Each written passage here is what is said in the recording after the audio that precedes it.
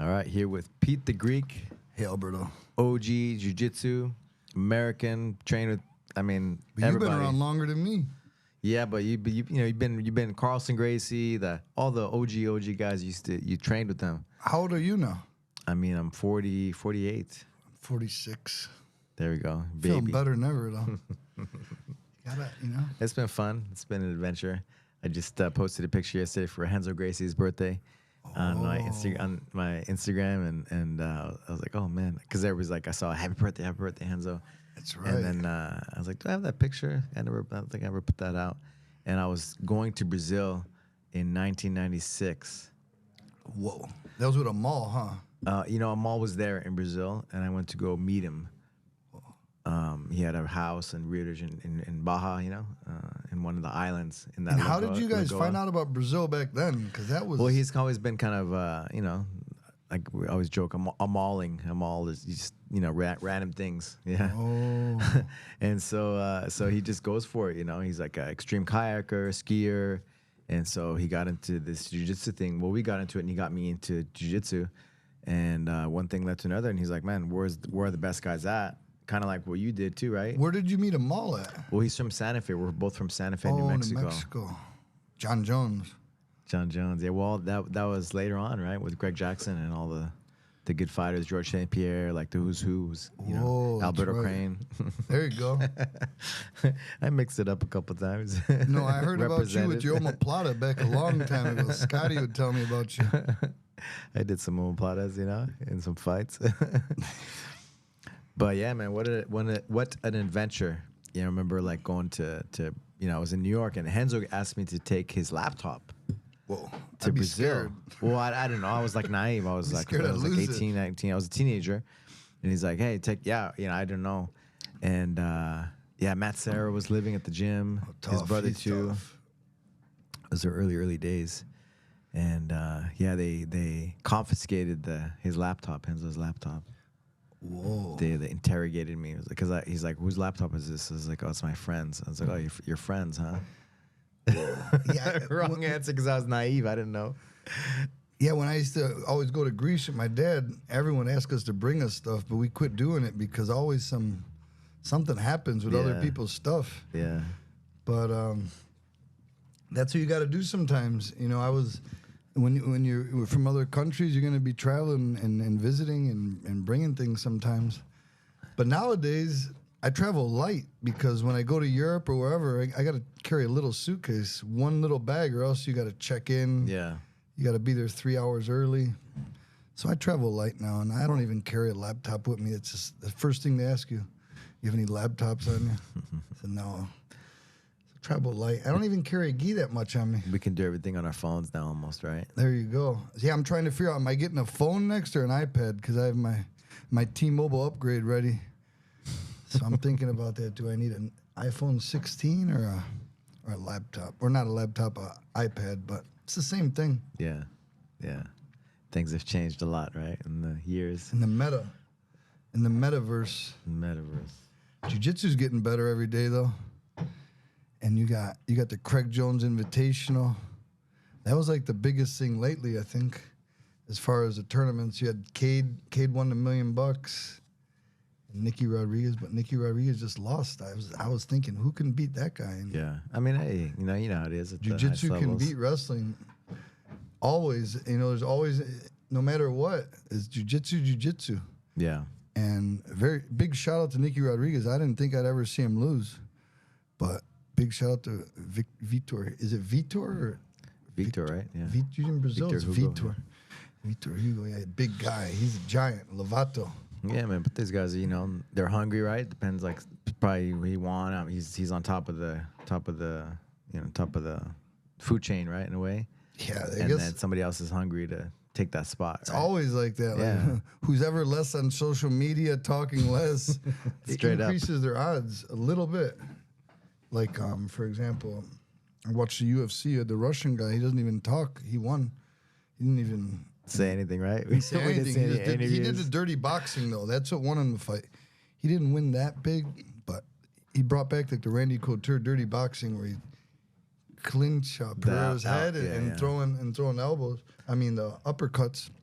I had a feeling when I saw there was I guess Alex Pereira said that he didn't believe in the Ramadan thing, that he was making excuses, you know. And I was like, oh, that's not good.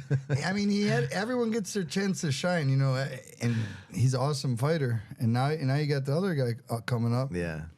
And he's awesome, so see how it goes. I'm supposed to have Dana White said they have a rematch, right? Probably. Immediately, I think they're going to have one. That's fair. That's fair. It was close, you know. It was a close fight. And UFC's putting money into jiu-jitsu now. They're saying they're investing millions of dollars. What do you think? What's going to happen? I don't know, because if you put the UFC guys to fight these guys in jiu-jitsu, I don't like that, because they could get heel hooked and ruin their career. So I think with the jiu-jitsu guys should be fighting jiu-jitsu guys. Because if you put top level, for example, you put like John Jones against someone that's really good at heel hooks, they could hurt him. Yeah, I think Dana White said that you're not going to see UFC guys in the grappling divisions. And they can UFC. get more hurt in that, because they're not trained for that. You have to fight in what you're training for. Right. In jiu-jitsu, it'd be tough for a top MMA fighter to not get heel hooked by some of these guys without strikes. Now, that's the thing. In a real fight, they're not worried so much about the heel hook, because the face is exposed, you know, for all that. Yeah. So I think it's a good idea, as long as you don't start getting the top level MMA fighters hurt. Yeah. By someone that's just training heel hooks. What do you think, man? Back in the early 80cc, right? You had the who's who MMA fighters, Matt Hughes, like you name them. They were fighting in the 80cc, right? Going against the top jiu-jitsu guys. Yeah, George St. Pierre, I think he got flying armbarred by Leo Santos. Yeah. Remember that. But there wasn't that much heel hooks going on back then. There's more of an upper body. The guys have gotten better, right? They've evolved. With the leg locks. So I think an untrained MMA person can get really hurt. Like someone just training for MMA goes against someone like Craig Jones or one of these guys. They're so specialized, right? Yeah, it's so specialized. We're just gonna, the guys gonna try and pass the guard. They're gonna grab a leg, one leg, and they're gonna freaking try and break it. And the MMA guy's tough. He's not gonna want to tap. Yeah. He's gonna be like, no, I'm not gonna tap to this, and then career ended. So maybe put the MMA guys, put the UFC guys against the UFC guys in grappling. Maybe. But or keep it separate and just pump money into jiu-jitsu. Unless there's Ryan Hall, right? Then he can do both. Very few fighters in the UFC, I would say, have very good heel hooks. So I don't want to see anyone get hurt. Yeah, it's its own thing. Yeah. I think that's right. That's right. Yeah. Kind of its own sport. One FC though has done a really good job, right? With they're doing good. They got the Rotolos all the time fighting. That's like to showcase them pretty much. So if you want to see Caden Tai fight, that's a good event. As far as other fighters in one, I don't know too many fighters, but I watch it for them. Yeah. I watch it for Caden Tai.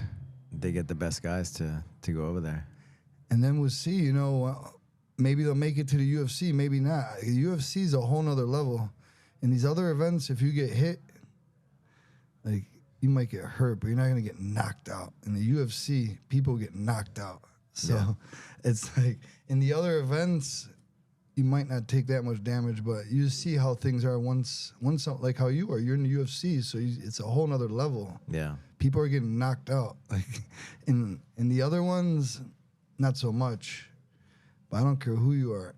In the UFC, you got a chance. Anyone's got a chance to get knocked out. I mean, man, one FC, right? With soccer kicks on the ground. All that stuff. All the rules. Yeah, it's good. Hey, they're good over there. You know, they're good. But UFC is still my favorite for now. Which is your favorite grappling event? Right now, I'm just going to jump on the bandwagon. It's always going to be ADCC, and now it's Craig Jones. I think Craig Jones is going to be in town. I might go to a party with them. Cheeto Vera, that's what I got invited yesterday. So I think it's this Friday or something.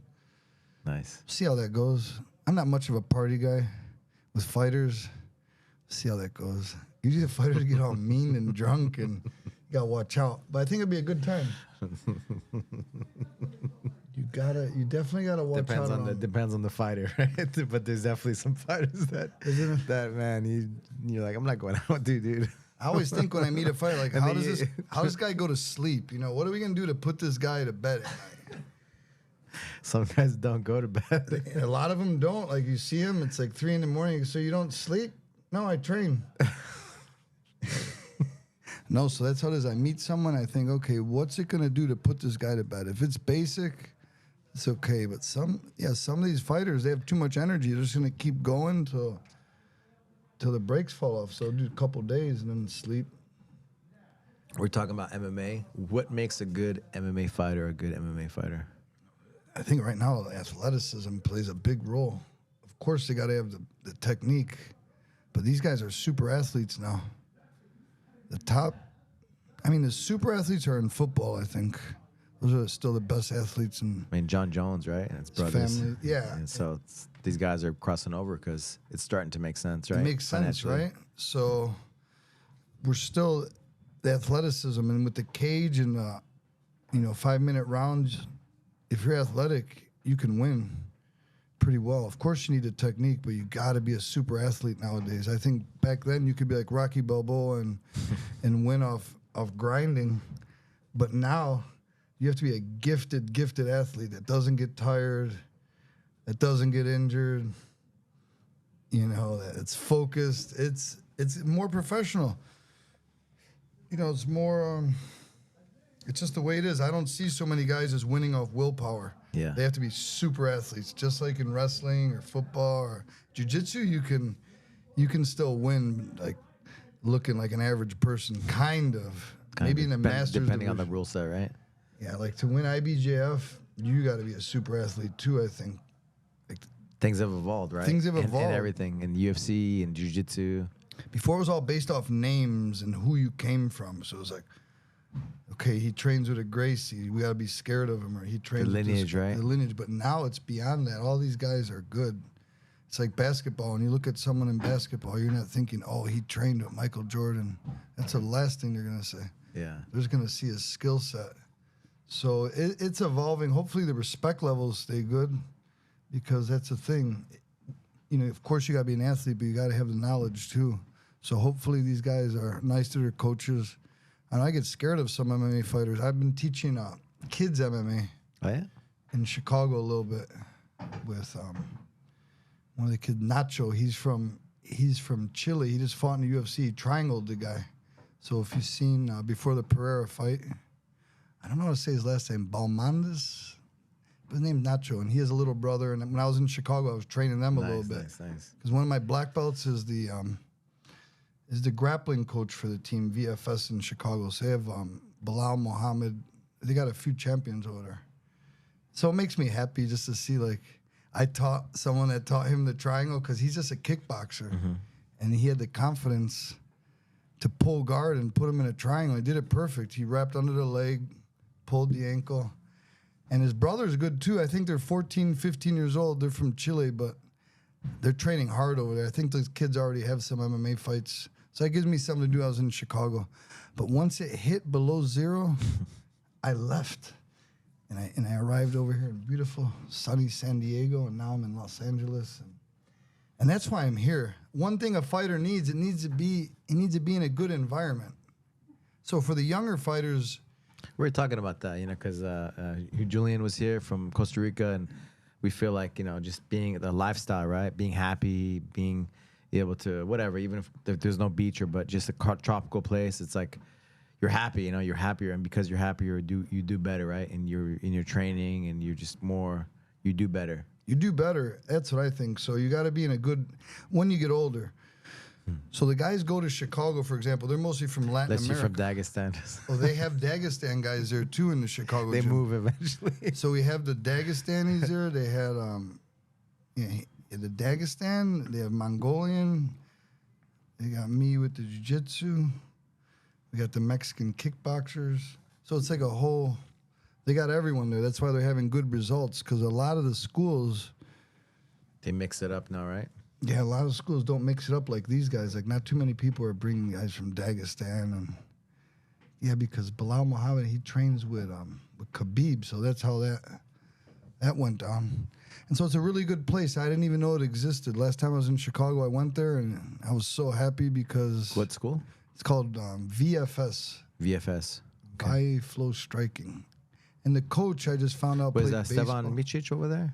I think he stopped in, actually. A lot of... The guy right now World is over champion. there, is Buhashin is over there. Okay. You got Pantera. I think I saw him post. He trained out there. Yeah, they're over there. It's a good gym because... like I said, you got people from all over and not so much politics going down. Yeah. I don't even think people even speak the same language. Yeah. So you got the wrestlers are speaking Russian. You got the kickboxers. Yeah, we didn't speak any English in there. I was speaking Spanish. And it's good to see, you know, it's good to see when you train someone, they train this, and they're all pretty respectful. And it makes me feel good because I don't have a gym anymore. I closed it in Chicago. Because I was traveling too much. I'm wristlocking the world.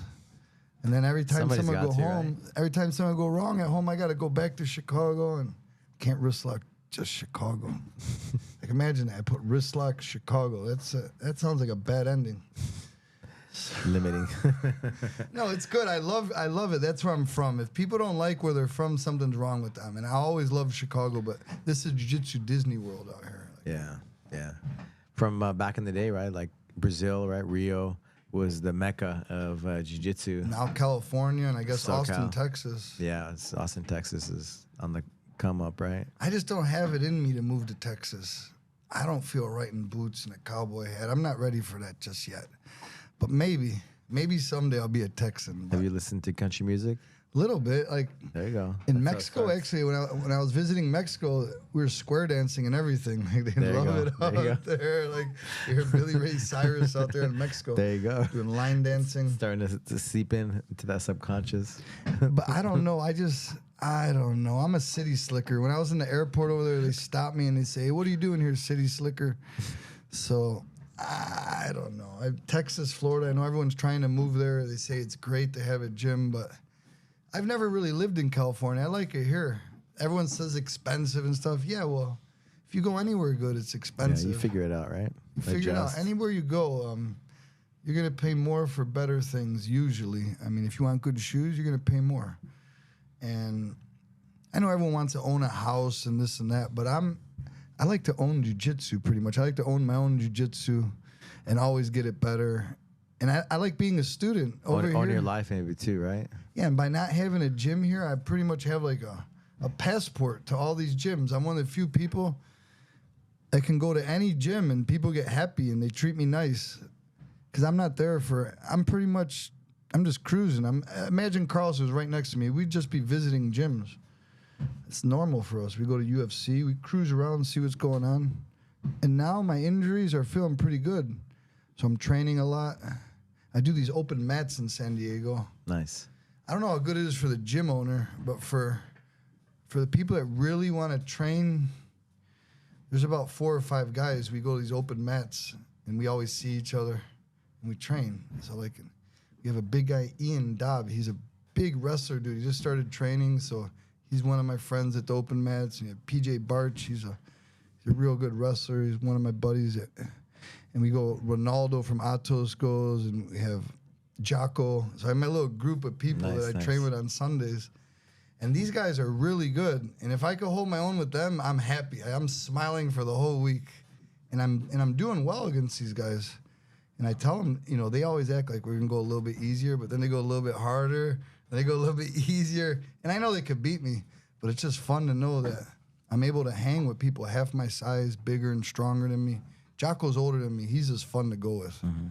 Like I grab his wrist. Instagram and stuff. I always just grab his wrist every time I see him. What happened to Victory MMA? There was a fire in the sauna, I guess. Okay. So they moved to a smaller location. It's actually in Claremont. Claremont has a bunch of gyms now. You have Atos, you have Legion, and Victory. All pretty much in hop, skip, and a jump. And it's doing well. I call it like the Victory pop-up gym. It's doing well, but I think they're going to open up the original one in a month or 2. Okay. And where's that at? The same one, the old one. Okay. Is going to reopen, I guess. I I don't ask people too much about business. Being Greek, like everyone in my family always talks about business, and I try not to ever do that to get people pissed. If I ask someone about their business, open your own business. That's what I'm used to with my family. If I ask, how's your hot dog place? Well, who cares? Open your own if you want to know. So, Victory's a nice place. A lot of vets train there, and I know you're opening a spot over there. I saw. Yeah, Sururu Edson. He opened up in. Oh my God, Point Loma. Right? Point Loma. It's close by Victory. Okay. The original one or what? The original one. Gotcha. Look, but San Diego's got a big jiu-jitsu community. There's, look, I was just in Oceanside the other day. I was visiting Gio Martinez. Great place to train. And when you walk out of his gym, you see another jiu-jitsu gym in the parking lot next door. Yeah. And I said, I remember how going to Salo and Shanji Ribero's gym, and it was in the same parking lot as Barrett Yoshida, the arena, right? Arena MMA. Wow. It was right next to the University of Jiu-Jitsu back in the day. That's now before my time in San Diego. Right. But I was like, what's going on here? There's no space over there. So I guess it's pretty normal. So I asked them, I said, is there a problem with the other gym next door? They said, no, they do their thing, we do our thing. Yeah. They're mostly a gi school, and they're a no-gi school. So people are going to train where they want. And San Diego's kind of it's an open community as far as jiu-jitsu. Like, no one really, it's not hostile environment. People are just happy to train. And there's different gyms appeal to different people. Yeah, that's it. Everyone, like right now, I'm living with Joel Tudor, one of my good friends. He has Carlon Gracie roots with Rodrigo Madero. Surf fight, yeah. And Joel's the world champion surfer. I guess one of our guys was gonna when he was moving to San Diego. He was gonna go train there. That's where he wanted to go. We get a lot of visitors in there. It's cool. You get actors and stuff. There's always someone new coming in there. Yeah. It's a little gym, and it's pretty cool. They're very nice with me.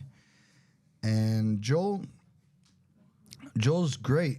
He just to show you how good jiu-jitsu gets you better at anything you do. So like if you're a police officer, you become a super police. If you're a fireman, you become a super. If you're Mario, you become Super Mario. And with Joel, he's a surfer, so he became a super surfer. So I guess he won the world championships like 15, 20 years ago, and he just hangs out with us. And 2 or 3 years ago, he won it again. He surfs, right? But most of his friends are jiu-jitsu people. And one of his good friends is Gorilla Hands. He comes from Gracie Baja. So that school is rooted with a Carlon Gracie and a Gracie Baja. I train at both places, so these guys get along good with me. I know their lineage pretty well, and I get along with all the guys. I don't think I have any enemies in jiu-jitsu. Sometimes when I smash people a little bit, they'll get pissed. But what made you go down to Brazil back in the day? I called up BJ Penn. I was like, I didn't know much about BJ Penn, but I knew he knew something about jiu-jitsu because I was from Carlon Gracie Jr., and he's from Health. And those guys You're in Chicago, right? I'm in Chicago, and those guys are kind of... You called up BJ Penn in Hawaii? I called him. His phone used to be on his website. So I go on his bjpenn.com, and I remember he'll tell you. He remembers exactly. I call him, hey, BJ Penn. He's like, hey. He's like, how's it? I'm like, okay. I'm moving to Brazil, but my Carlon Gracie team split apart, and I don't have a team to really go. Where do you suggest I go? And he told me go to Alliance or Novo União. And then I didn't end up doing that because I went over there, and then Carlon Gracie, his wife, they were so nice with me. They're like, just don't go to top team. And I went everywhere. I went to Novo União a couple of times with Tony D'Souza. Because top team was what Carlon Gracie turned it into, right? Yeah, it was it would have been the easiest team for me to join. Like they're like, hey Pete, but I'm like, no, I was too close. Carlon Gracie Jr. lived with me. I lived with him for a couple years. I know the dad real well, and he told me, look, do not go to the top team. And I said, okay. And then his wife was telling me I should probably try and stick within the family. And that's when I walked over to Gracie Baja one day. And they were very nice to me. It's Igor, Gracie, Carlinos, and Roger. I walked upstairs. Back in the day, huh? Yeah, I was nervous. I walk up the stairs, like 100 people training. Like, man, I wonder if they see me. And right away, hey, Pete, come on over. Because the Pan Ams was pretty much the biggest tournament back then. Yeah. And I would compete in those, and they would know me. That's where I met you, was in the line at Pan Ams. Mm-hmm. The Orlando? Orlando, I think it was, kissing me or something like that. Or first it was Miami. So people have pictures from that day because it was the day before weigh-ins, right? The longest wait ever. It was, and so people in that line, like you look at the pictures and like everybody that was in that line as a school. Because anybody that's committed that committed to staying in line in the sun, right? For weigh-ins for like 8 hours in the sun. That was great. You know, hungry, starving, like you're committed. You're like all in. And sure enough, pretty much almost every single person in those lines are people with schools these days. Everyone, yeah. So Igor and I got third place in 99 and 2000. So that's how we kind of, and Roger was our belt too. He was bigger. And we were like blue belt friends. And then you just get to know people. Yeah. And they were really nice with me. And then later, I ended up going to Novignal with Tony D'Souza because him and Dean Lister came over to Scotty's house. What was his nickname? Oh, shoot. I can't, yeah. Cholito? No, Cholito, yep. And Cholito. Cholito. And he was from Chile, right? Peru. No, Peru. He's a good wrestler. He wrestled here at Cal State Bakersfield. So he came up with the Peruvian necktie. Good. He's really good at no-gi jiu-jitsu. Yeah. And Tony, he had come over with Dean, and Dean wasn't allowed to train anywhere in Brazil because he had been there in the past and leg locked everyone. So the best place for him to train would have been Brazilian top team, but they had banned him. So Dean was training. Dean Lister was banned, huh? He was banned in Brazil. So he got there ready to train for ADC and like, nope, you can't train anywhere. So I would just train with him in Scotty's house. I think my ribs were hurt. We just go over positions. And Tony had shown up too. And he fought in ADCC. Tony got disqualified for making the guy too bloody. Yeah, they never put that video up. Oh. Like he made the guy too bloody. I don't even know what that means. He was front headlocking him, and they just didn't like Tony. And then Dean, he lost the first day, and we went out and had fun. And he's like, "I'm gonna go tomorrow, absolute," and he won. So yeah, Dean's a special individual. He's another one. Like if he's having a good time, he's gonna perform better. Yeah. Not if you lock him in a room and tell him to concentrate. He's going to do well with having a good environment. And, yeah, the second day there was no pressure, and he won. And then Tony and I became good friends. We stayed up all night talking. And then we walked over to Novignal, and we trained. And that was cool. People were scared of Tony in there. Like, all these guys you see, they're best guys. They did not want to roll with him. Yeah, you had a different funky wrestling. Yeah, they couldn't take him down, and he would grab their neck. Yeah. They like playing butterfly guard and half guard, and he would just grab their neck and float over them. And even if they would sweep him, he'd still hold the neck. He would just grab that neck. I don't think people in Brazil were doing that. They were more focused on passing the guard, and he would just grab the neck. And he has those big dreadlocks, so even if you throw him or whatever, he's gonna have padding on his head. And keep turning into the choke. And his style is good. In Peru, no one can beat him because he's all the way up in elevation. It's a whole different ballgame. You can't even come at someone strong because after 2 or 3 minutes, you're going to feel exhausted. So Tony gets good jiu-jitsu. He's like one of the original wrestlers that actually learned the guard because most wrestlers won't learn the guard. Can't committed to jiu-jitsu, right? Committed to jiu-jitsu. Like Jason Nolf could actually... He's another one. He has a big potential. Like he's just been training a little bit. But yeah, very few wrestlers are able to embrace the jiu-jitsu where they're just going to learn the guard. There's a few. And that's about it. And right now we're in a time where I call it the gold rush of jiu-jitsu because there's actually money for competitors now. Right. And so...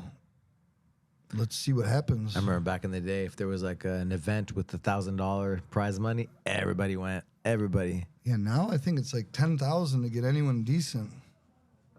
You know, things just to show up. Just to show up. Because, look, most sports don't allow you to do this. Jiu-jitsu does. Like if you're in the NBA, you can't just be showing up to random events, competing in different basketball events. But in jiu-jitsu, you can name the event anything. It's going to be the same guys if you want to sell on pay-per-view. It's going to be Mika, Caden Tai, all these people. It's going to be the same people in every event, but the event's going to be called something else. And so there's a chance for promoters, I think, in this sport, because not too many sports will allow you to do that, because most people are obliged to their contract for whatever event they fight in. So in jiu-jitsu, these guys, everyone's a free agent. You just throw them some money.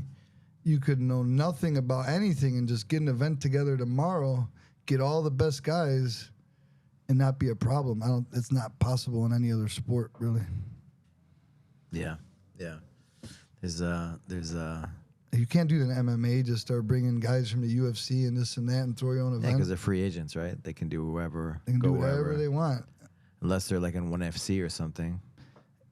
But Even so, they're still able to get out of that. And like, look at Mikey Musumeci. He just left for UFC.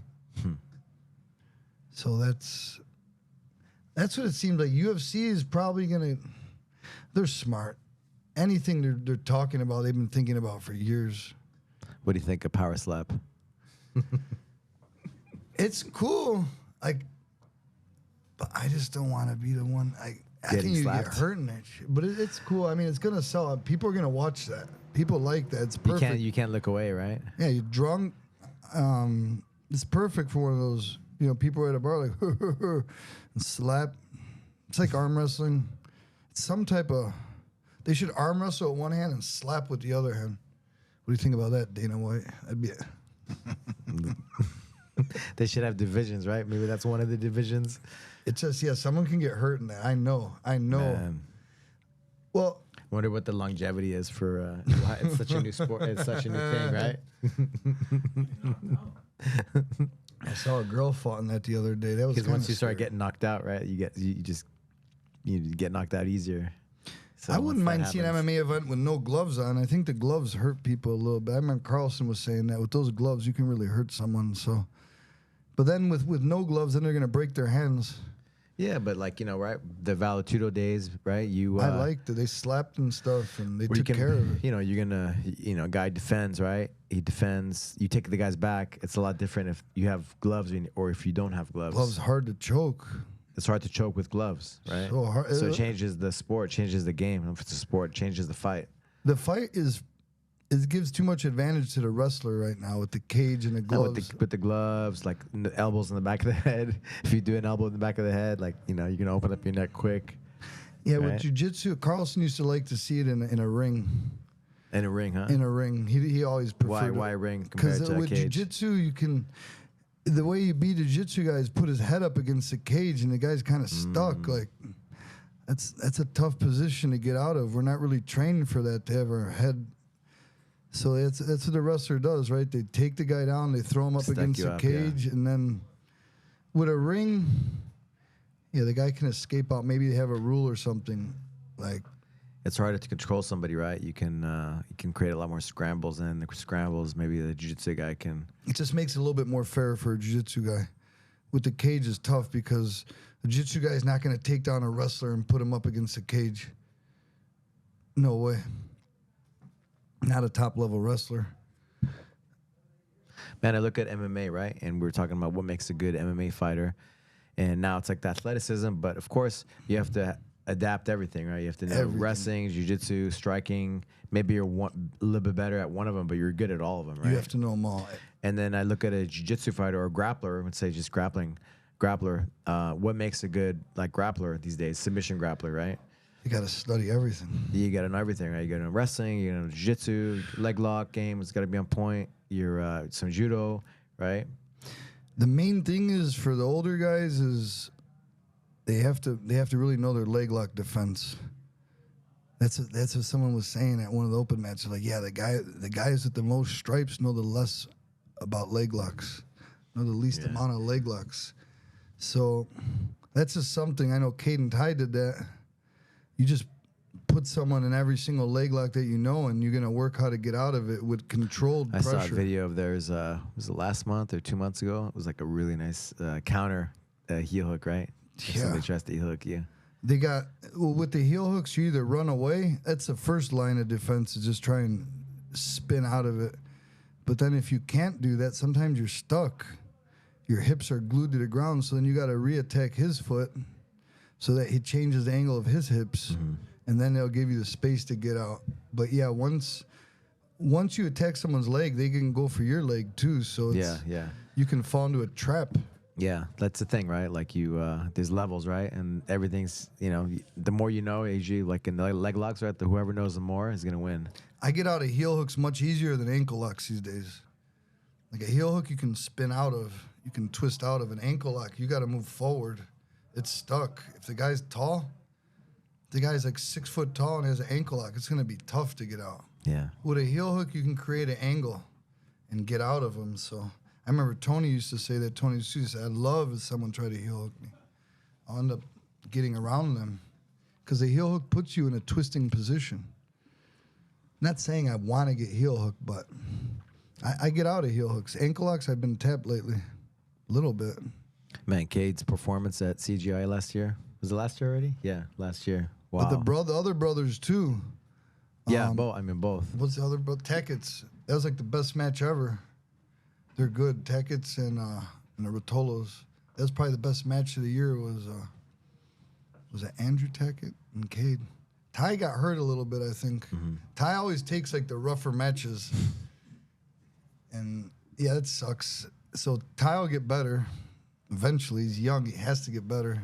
The thing about the body is it'll fix itself as long as you're patient. Yeah. And do the right stuff. Do the right things, yeah. Do the right things, and you got nothing to worry about. That's what I tell these kids. I haven't seen them that much, so they're traveling a lot. I think they're over by Eric Paulson. It's somewhere around here. I don't know. I went there once years ago. Yeah, good luck to them. I hope to see them in the UFC. That's a big show.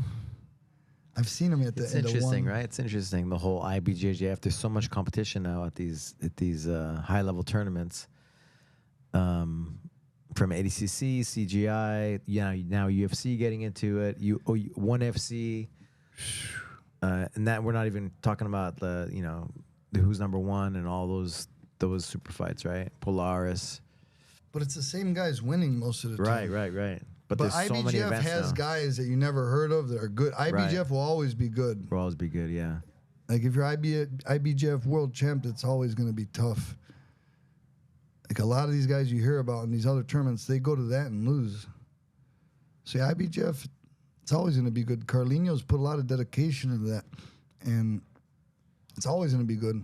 Do you remember the what was it, the CBGJO? Oh, Novinho had that. That was Luizinho. That was there. They tried to compete with the Worlds, the IBJJF Worlds, and they had put their thing on the same day. It's and like they 2002, and they tried to offered money for the prize money, whoever won, right, and placed. Yeah, Andre Galvao, I remember he did that, and he was a brown belt. Well, eventually they changed the dates, right, so it was different weekends, and then eventually it just went away. And then Novinho just went straight into MMA, I think, pretty much. Yeah, pretty much. They're just like, okay, you're a blue belt. You look pretty tough. And that was the thing. They put him in right away at Novinho. It's not like the traditional jiu-jitsu team where they're like, oh, you have to be a black belt. No, Novinho, you look tough. You're a blue belt. They'll throw you in because imagine you wait till the guy's black belt. You expect so much out of him, and he's scared to get hit. Yeah, they went different paths, right? Yeah, they're mostly... they focus more on MMA, like Andre. They do like the head arm choke and stuff really well from the mount. Jose Aldo and all that crop, right? That generation. That's what Tony helped them a lot. He was a really wrestler. Cool to see Leo Santos, right? Good, butterfly hooks. Well, he's just good. to see him win the Ultimate Fighter after all the years, he was a mentor to Jose Aldo. Crazy. He's the one that you were saying the flying armbar on George St. Pierre, right? He's good. He's good. Leo Santos. He's the one. Believe it or not, he's the one that trained the Mendes brothers. Really? Yeah. So I learn all these stories. I travel a lot, but he's from Rio. He moved to Sao Paulo. No way. Back in the day with their coach Ramon Lemos, he brought Leo Santos because Leo Santos is the best guy from Rio. He was like, oh, come to Sao Paulo, there's more money. And he went over there, and those kids were his students. And then Leo Santos was like, no, I'm gonna go back to Rio. Remember, he was he left for a little bit. Right. And he came back to Rio and focused on MMA, and then pulled it off. I think he's still in the UFC or something. If he retired, it was not too long ago. Yeah. But yeah, he disappeared a little bit, went over there, and then he came back, and then they stuck with Ramon Lemos, and then Ramon Lemos came to Tereré when I was living over there, and he was telling me these stories. They were telling me about these kids that are just awesome. They were probably blue belts at the time. But yeah, that's why they're going to be good. I remember that whole, there was like a whole crew of Gilbert Burns. My friend in Mexico is fighting him now, Durinho. Yeah, there was a crew of them, right? At that generation, and that were coming up from Autos, right? It was Durinho. I think he's from Carlon Gracie, believe it or not. Gilbert Burns, his coach is Casquinha. He's one of Carlson's big, heavy set dude. Okay. But then when everyone started coming to the United States, they all had to come together. Okay, they joined forces. They had to because, it's just the way it is. There wasn't that much training left, I don't think. And they have the kid that used to train with us at Oswaldo's, Raoni Barcelos. I know him as a little kid. He fights in the UFC. He was a green belt from Oswaldo. His dad is Laerch, who was one of the wrestling guys with Holz Gracie, one of his... And he used to come over and train with us as a kid. And then I looked on the UFC, and I'm like, whoa, this guy's on Atos. It would make sense he's on Atos because he was from Oswaldo Alves, and the guy's from Oswaldo. Say a few words about it. People don't know who he is, right? But he was always... Oh, Oswaldo was great. Oswaldo Alves, he was, you see on old school Jacare pants, his logo, and him being there, I mean, on both sides, right? Gracie Baja, Carlon Gracie. Yeah, he's good. Oswaldo, a lot of people don't talk nice about him because he puts you in your place. Right? Mm-hmm. Puts you in your place. Like you're not allowed to talk. You're not allowed to do anything. If you talk, you better have won. If you lose, you can't talk. And he brought in what's his name, Fredson Pachon, right? Fredson, yeah. And before that, his main student was João Hawk, who is from Novo União. So once he got black belt, Pederneiras brought João Hawk over, and that's why you'll see a lot of those Waldo moves with Novo União. So they had Oswaldo black belt. Because the other partner was Wendell Alexander. He had the favelas. He had the control in the favelas. A lot of reach. New Union. But the technique came a lot of from the kid João Hawk. Okay. He was living at Oswaldo. Yeah, and he's in Brasilia. That's where BJ Penn would go train a lot with him. He's the guy that fought Royler Gracie back in the day. Right. I guess he won or lost. I'm not really sure. But Oswaldo was tough. And before that, then he had Sergio Pena, who lives in Vegas. He was an airplane pilot, very good at wrist locks. He did a good match against Hicks and Gracie. But Oswaldo had a good team that was a small team.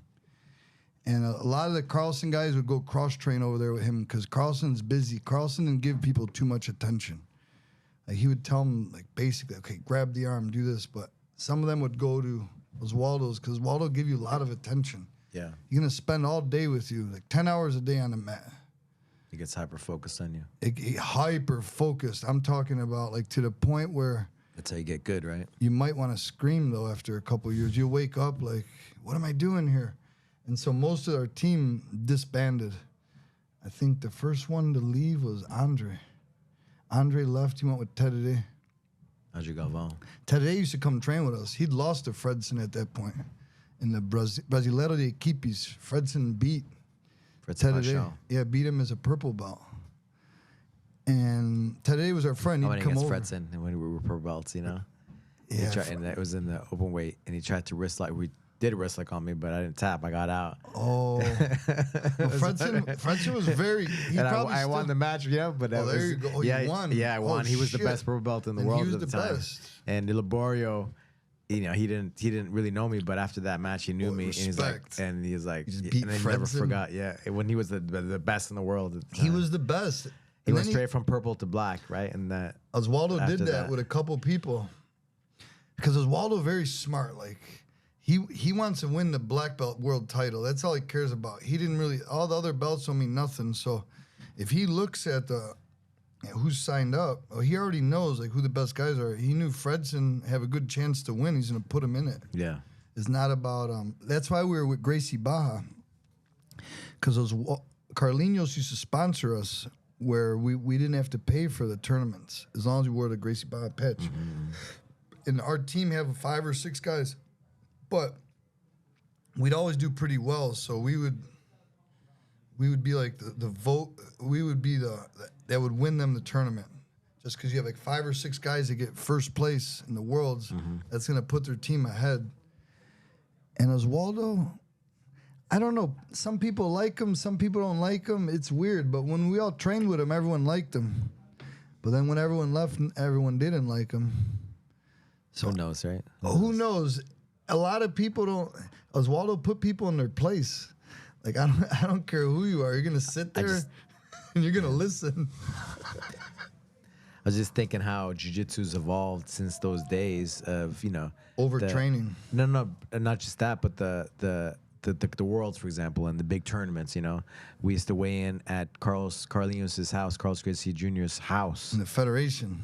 That was the federation, and we would weigh in the garage, and you would look at your bracket on a piece of paper on the wall. So Remember nice. that? It was so nice. Yeah, it was great. I got a good bracket. This is great. But whenever I thought I had a good bracket, I wouldn't do as well as when I had the toughest bracket. Sometimes can't get it caught up in seeds, getting caught up in seeds and those kinds of things. You just gotta take it easier. You just gotta go do your thing, right? Carlino's great. Like he always calms me down. I haven't seen him in years, but I definitely want to visit. Yeah. Sit there, eat papaya. He'll tell you stories. The same. He was always good to me. He's on top of stuff. He always took care of me. He's like 5 years ahead. A couple times, like there was some issues, and he helped me, I bet. to get into the tournament or whatever. I bet. Like he's like 5 years ahead of everyone is thinking. Like I can't even imagine what he's thinking. Where would jiu-jitsu be without him? Without Carlos Gracie Jr.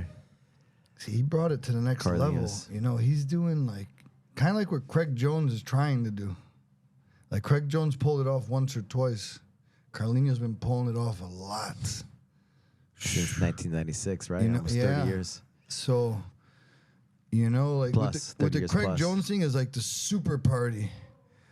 Can he keep reenacting the super party? Carlino's throwing like regular house parties. Craig Jones came out with ADCC came out with a super party. Craig Jones came out with a super duper party. So let's see, can anyone top that? What do you think about the pit? The CGI I like it. That's how Craig Jones thing started, because Craig Jones went out to Miami, met the money people. In Miami, you meet the money people. In San Diego, you meet surfers. Out here, you meet actors, I bet.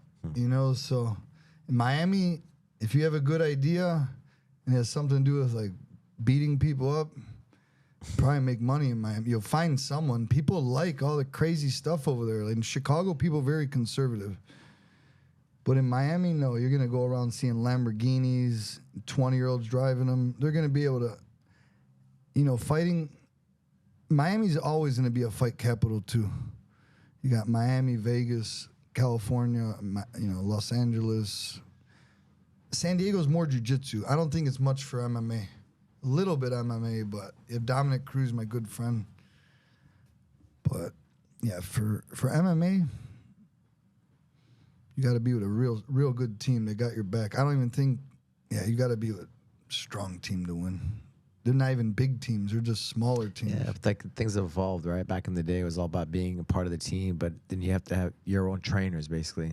Gotta have a garage. And then you go into these. You need the sparring, right? So you go to these. The big gyms with the talent, right? The other fighters that are good, and then that you get your sparring on. But then you work on your skills with your team. Yeah, that's why the best thing is they have a little house with a garage. All the UFC fighters. I'm finding the same thing with my daughter now. It's like the same format, the same flow, right? Because you expect to get all this extension at like a big gym, but you're not. Where you're going to get the attention, where you're going to get better, is with your trainers, right? Everyone starts in a small gym. I don't care who you are. We all started in the same place, and that's where we're comfortable. A lot of times you go to these places just to get the sparring in. Because that's, example, at Atos, they do very well in these tournaments. I was training there a lot, too. It's because they have a good preparation for the ADCC. It was a couple years ago. They had they have all their guys come. It was kind of like in Gracie Baja before the Worlds. They bring everybody, and that's good training. So that's why everyone Gracie Baja would do well at the Worlds, because they were in that room for like a month before. Yeah, and that's important in the highest levels, just to be in a good room.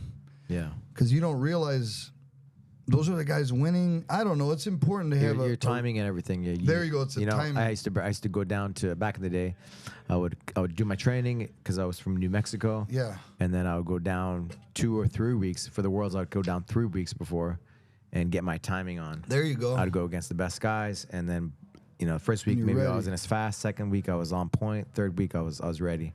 But you're not gonna hone your skills in that environment. You end up getting injured if you're doing that all the time. But you work on your skills throughout the year, and get better and better. And that's how it is. And I think that's the best way to do it. I mean, you do that in Amsterdam with the kickboxing.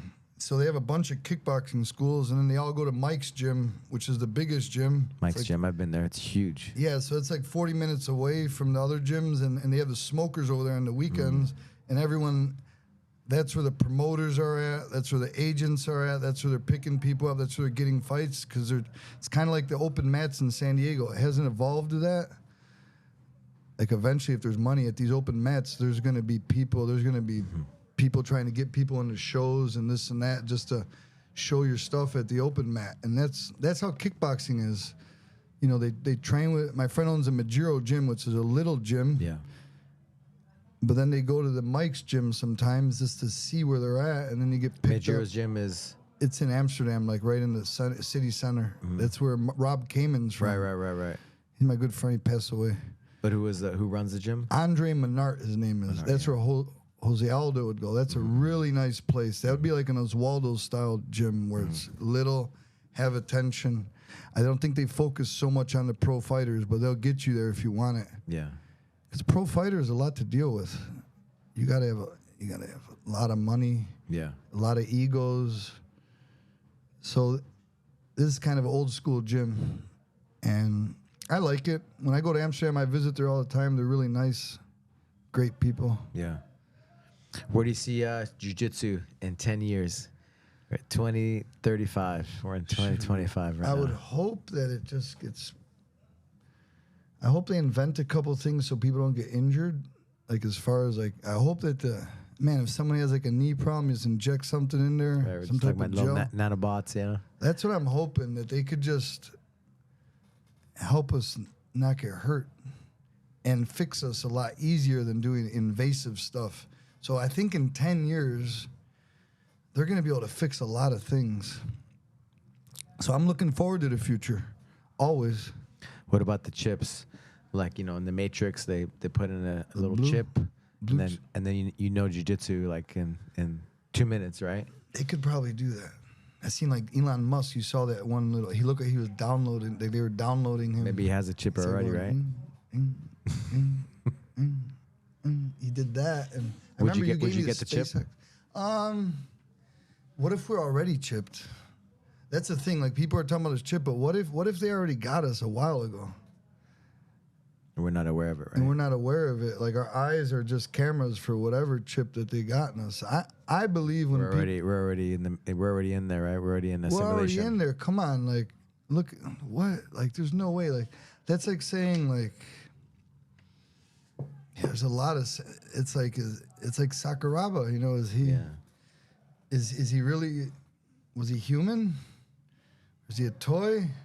We don't know, but I think we're containers of information. We got these eyes in this brain, and whoever created us probably can see exactly what we see.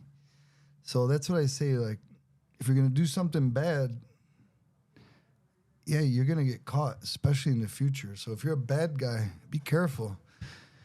And if you're a good guy... It's going to get replayed, right? Yeah, and if you're a good guy, don't worry, because your actions will come around. It's going to see. Everything's recorded, I think. I mean, look at our eyes. You're telling me we're not recording shit right here? Sorry for the language, but yeah, we're already chipped. That's what I think. Don't worry about it. We're already, this guy's worried about becoming a toy. He's already a toy. Yeah, Royce Gracie. We're already the chip, and Yeah, sometimes with that simulation stuff, I go deep into my subconscious and things actually happen.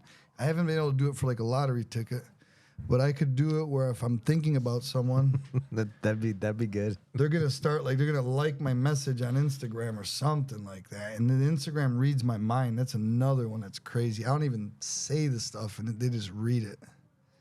It's that meta stuff. Whatever they're doing, you're doing a good job of it. They pick up on our voices. They pick up on what we're saying. They're trying to tap in. It's something that's already been tapped into. And then there's patterns, right? And then they recognize the patterns, and then they just basically put all the stuff that how many you're thinking about. Yeah, like how many different personality types are there? That changes all the time, but there's not that many. It's all about sales. I don't know. I'm excited for the future because it's all about survival of the fittest. Yeah, I'm excited. I think I'm positive. I mean, you have a choice, right? You got to adapt to change. How are you going to look at it? Yeah. Who adapts to change and is survival of the fittest? That's who survives. You know. I think the main thing is to be having a purpose, like purposeful. Oh, there you go. Having a purpose, right? Yeah, you can't get caught up too Helping much. others, being a good person. That's all recorded too. Like, don't worry, that's going to be recorded too. So, bad guys, guess what? You're getting caught in the future. And good guys, you're getting caught too. You know, everything comes around. And I just like to think of it that way. We do martial arts. It's like the guy taps me out. I like to believe someday I'll tap him out. If it doesn't happen, it doesn't happen. But you got to stay positive or else you're just rotting your brain. Yeah. I see my friends on this conspiracy stuff. I'm like, okay, that's cool, but you're losing your focus. You're putting holes in your brain just thinking about that stuff.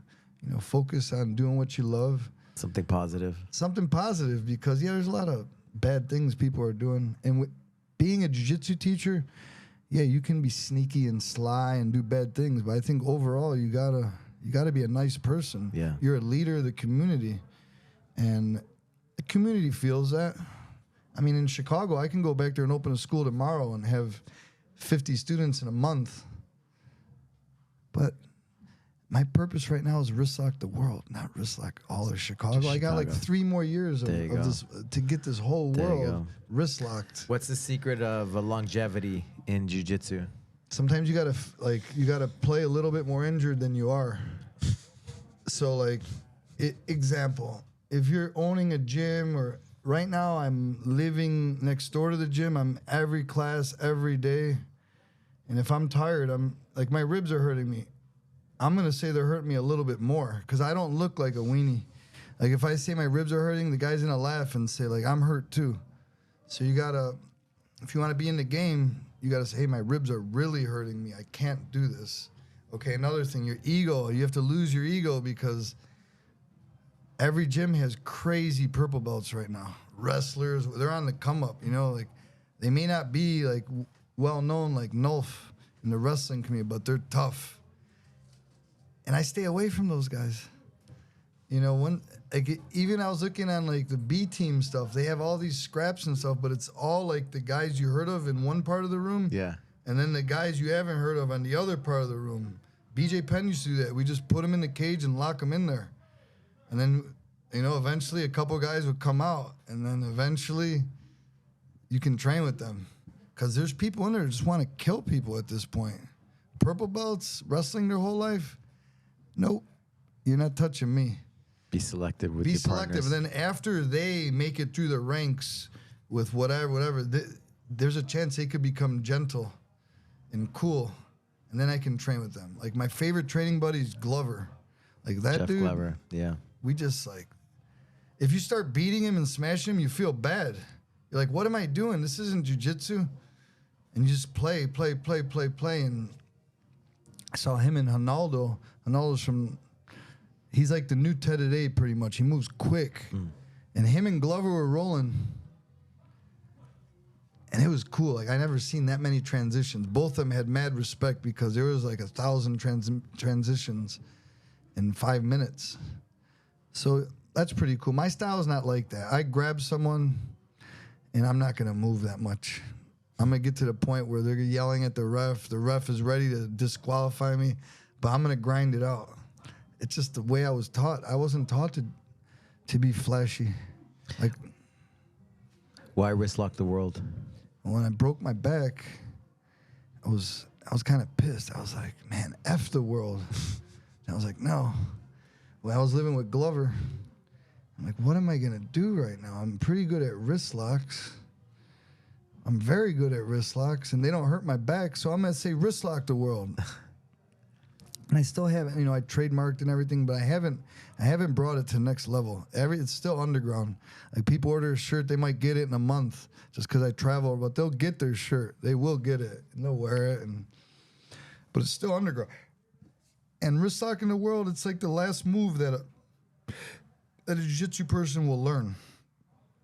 For example, like 8 years ago, people really started doing the leg locks. Now they're just starting to do the wrist locks. I'm not saying one's better or worse, but in order to get a wrist lock, you have to control the position. If you don't have a good triangle, you're not going to have a good wrist lock in your triangle. It's the ultimate control of any position. Any position it's there, right? You have to have control of that position. Even if you don't get it, opens up something else. Yeah, like if I have a good mount, I can have a good wrist lock. If my mount sucks, the wrist lock is like the last move you learn because you got to have the position under control, and that's how it is. And you don't lose much. Yeah. Arm bars, like I can't really arm bar the world. No one want to do that. They already know that. That's part of like here's how I look at it. Like catch wrestling. Maybe the Gracies were a catch wrestling family before in Scotland. I'm not really sure, but people say they were. And then they wanted to make it more humane because catch wrestling is what's their best moves, like neck cranks, wrist locks, slamming. So it looks like the Gracies, they kind of cleaned up the catch wrestling. What did they do? They put the gi on. Okay, that made it less nasty because these guys are sweating everywhere. So the gi makes it look more calm. What did they take out? They took out the neck cranks. Okay, why? They don't want their students to be all hurt. Probably the catch wrestlers' necks were hurting them. And they took out the leg locks pretty much. Why? The catch wrestlers' knees were probably all messed up. So okay, we're going to take out the 3 most dangerous things. And we're going to put a gi on. And now we're getting back to the catch wrestling. It's a lifestyle thing, right? It's a lifestyle thing. That the Gracie... They didn't want to be hurt. You were saying, like, how are you going to be longevity? They took out those moves. Yeah. And those are the moves that hurt people. What, neck cranks? I'm getting neck cranked all the time. I'm going to have injuries. If I'm getting heel hooked all the time, I'm going to have injuries. And so... That's how it's good to have options. Have the gi, right? Slow it down a little bit sometimes. Yeah, I like both. I think I like them both equally. If I'm training too much no gi, when I put the gi on, I suck. And then when I'm training too much gi, when I do the no gi, I suck. So mix it up. Yeah, gi helps no gi helps the gi. We come from jiu-jitsu. At my school in Chicago, it's always pretty cold, so we would warm up with the gi. Like the first rounds are always with the gi, and then if you still have energy and you're a little bit more advanced, and you take off the gi. Yeah. And that's how we learned it back in the day. It's how Carlson taught. It's all the guys taught. Yeah. It's like you warm up with the gi, do your rounds, and then okay, you want to stick around. Now take off the gi and let's see what you got. But we just didn't do no gi unless we put rounds in with the gi, or else we're kind of cheating. Yeah. And that's just. I like the gi. I mean, man, if you're really interested in jiu-jitsu, you'll like the gi. Do both, yeah. I went to 10th Planet and trained with my gi. I'm the only person ever. Now probably some other people did it, but I was the one. I go in there and work my Ezekiel chokes.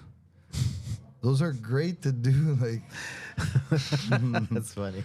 You go in there with your Ezekiel chokes, have a nice judo gi, and test it out. But the gi's great. Both are great. Yeah. And then MMA's great too, and boxing's great, and kicking's great, and wrestling's great. All that stuff, and trying to adapt. Be a complete jiu-jitsu fighter, be a complete martial artist, right? Yeah, jiu-jitsu black belts, man, learn how to throw a punch. I see some of you guys, oh my God, like basics, just like keep it tight. You'd be like punching like you're on the Versa climber.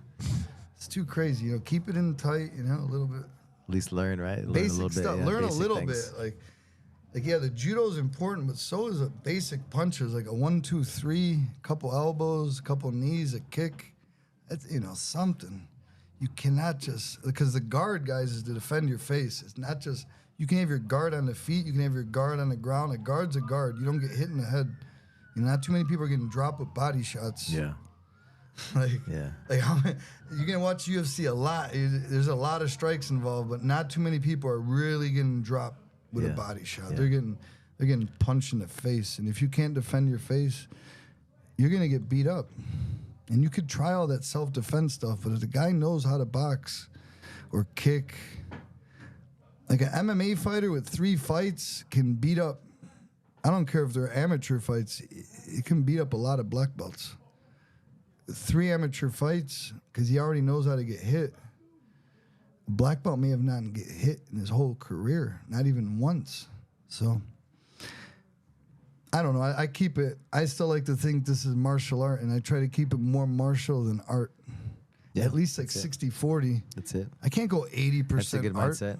Yeah. 80% art, 20% martial. Yeah. I'm going to get beat up. 80% martial. I'm about 70-30. 70% martial, 30% art. Like, you're going to look at my thing, you might see 1 or 2 cool moves, but it's definitely not going to be an art show. No way. No way. I'm going to hold the guy. I'm going to Khabib him. I mean, man, the IBJJF, right? Like I just did the rules course this couple days ago. And I knew that, but like their goal is not to make it an Olympic sport.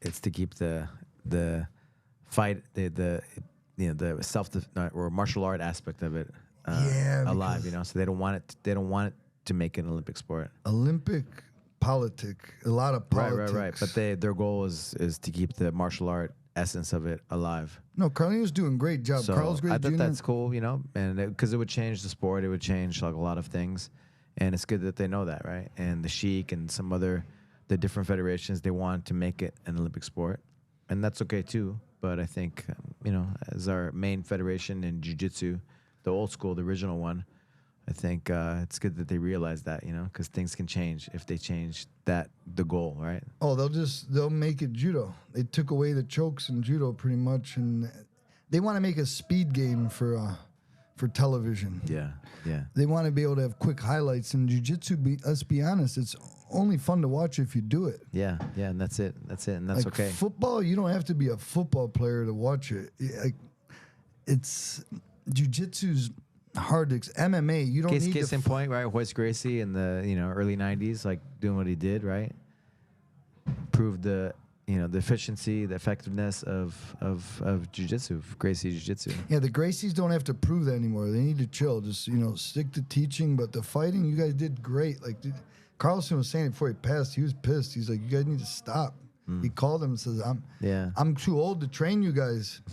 So he told him. And plus, it's a different world, right? Yeah, like they've taught everybody jiu-jitsu. Michael Jordan's kids aren't expected to be the best basketball player. We've evolved. They play their part. They're always going to play their part. The Gracies, that name's going to be remembered forever, right? Like, you bring up Gracie. Yeah. They changed martial arts. They changed the game. Anyone that talks bad about them, I don't like. How can you really like? I'm not saying if they have a school down the street, then it's different. But overall, they played their part. I don't agree with everything. The UFC, of course, but the UFC and just the growth of, if you do jiu-jitsu, if you do any kind of combat things, like you can't not be grateful to them. Yeah, I remember Matt Serra, like he shows mad respect for the Gracies. They know. George St. Pierre knows. All these guys, they know. John Jones knows. I don't know what belt he's Gracie Ba, John Jones. I don't know what belt he is. What is he? Was he purple? Brown? He's black. Like Carlson would have given black belt. That's it. Right away. Carlson. He's choked out black belts. Right away. Carlson goes, okay. Vitor gave him purple to black. Such an athlete, right? So. I'll give him black belt. Why? Because I'm just saying, like, what more would you want from a fighter? It's good. Can't just. They're using what works. There's not enough time to go in every art and learn every move. Yeah. You got to learn what works. In jiu-jitsu, you got to learn how to be on the ground, defend yourself. And, it's good to stand Things have your changed, back. right? Things have changed. The platforms to fight in, the UFC, the this or that. So I think, what does a black belt mean, right? And what's your intention, right? His intention is to be the best in the UFC. Right, so is jiu-jitsu good enough for that? Like, seems like it is, right? Like there's gonna be someone from Dagestan trying to take but, it you know, down. like a lifestyle of learning things, I think you can get that with time anyway. So it's like, you know, is it right or wrong to give him a black belt? Who knows, you know? Who knows what's right and what's wrong? Yeah, see.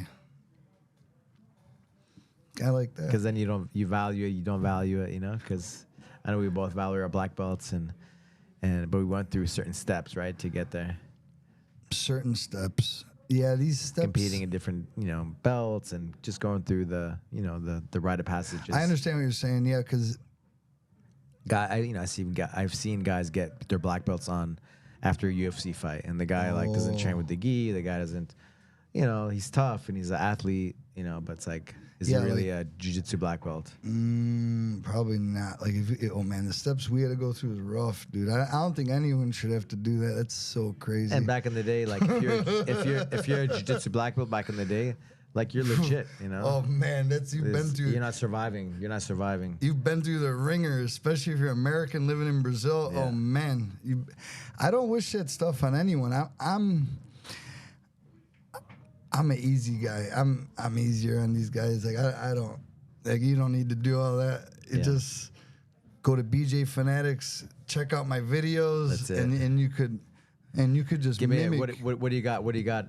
I got 24 videos right now on BJJ Fanatics. Yeah, I got a bunch of wristlock ones. The latest one is I have the wristlock Bible, and I made wristlocks from the. They always get better. Like every time I teach, now I have wristlocks for the top game. Every time I teach, believe it or not, maybe I'll learn one move, one new wristlock. Before I had to do to control the elbow. Now I got ones where I don't even have to control the elbow. And yeah, when I go to these open mats, sometimes these giants, 300-pound giants, they'll be like, show me your wristlocks. Let's see if they work. And so I'll just say, okay, let's start on your side control. Try and escape. And I wristlock them. But I'm not trying to take them down. So I'll say, okay, let's try it. I won't try and do a move to a 300-pounder because they're just going to say, try and escape. I'm like, just try and escape. Let's see if you get out. It's at Gracie World. We used to do that. Positional training, starting a side control. Yeah. And I do that with them, and I'm pretty much able to catch the people if they never train with me. And once they train with you, then they're guarding their wrists all the time, but then they give you the guard pass a lot easier, or their neck. That's it. But you're gonna learn your training partner's games. Like everyone just tries to wrist lock me. 9 times out of 10 when I'm rolling, there's some dude to grab my wrist. Like, and I get caught. I get tapped out all the time. But I've done well this trip. I've done better than expected. Because I went home to Chicago and I didn't really train any jiu-jitsu. I just lifted weights for 2 months. And I came back so much stronger just from doing the kettlebells. I did kettlebells and I was swimming. Went to the local YMCA and I got over here and I was like, whoa, I got way better. It's just I got stronger. So your lifting body weights. Probably need the rest or do some different movement patterns, right? Yeah, because when I'm out here, I'm usually hanging out with someone that owns a gym, so there's no rest. It's like, Pete, where you at? Oh, I'm sleeping. What? Training starts 5 minutes. Where you at? And I get over there. So yeah, you just gotta be able to do this in your sleep. And don't get hurt. If you know the guy's gonna hurt you, it's your defense mechanism saying he's gonna hurt you. Stay away from that guy. It's gonna hurt inside, but he'll understand eventually. Yeah. Well, thank you, bro. Thank you for coming up. I'm excited for your class today, showing us some of your tricks. Oh, thank you. Yeah, I'm here in Southern California for like the next month, and I'm off to Europe. So if anyone in Europe is listening to this, I'll be out there in Greece, Italy, Germany, Switzerland, maybe Spain and Portugal. We'll see. It's all right next. It's one country. Europe is one country as far as I look at it. So you just travel around on train, and the jiu-jitsu there is, they like leg locks, so I'll teach them wrist locks. Thank you, Alberto. Thanks, brother. Thank you. Hey, thanks. Thank you, man. Bye-bye.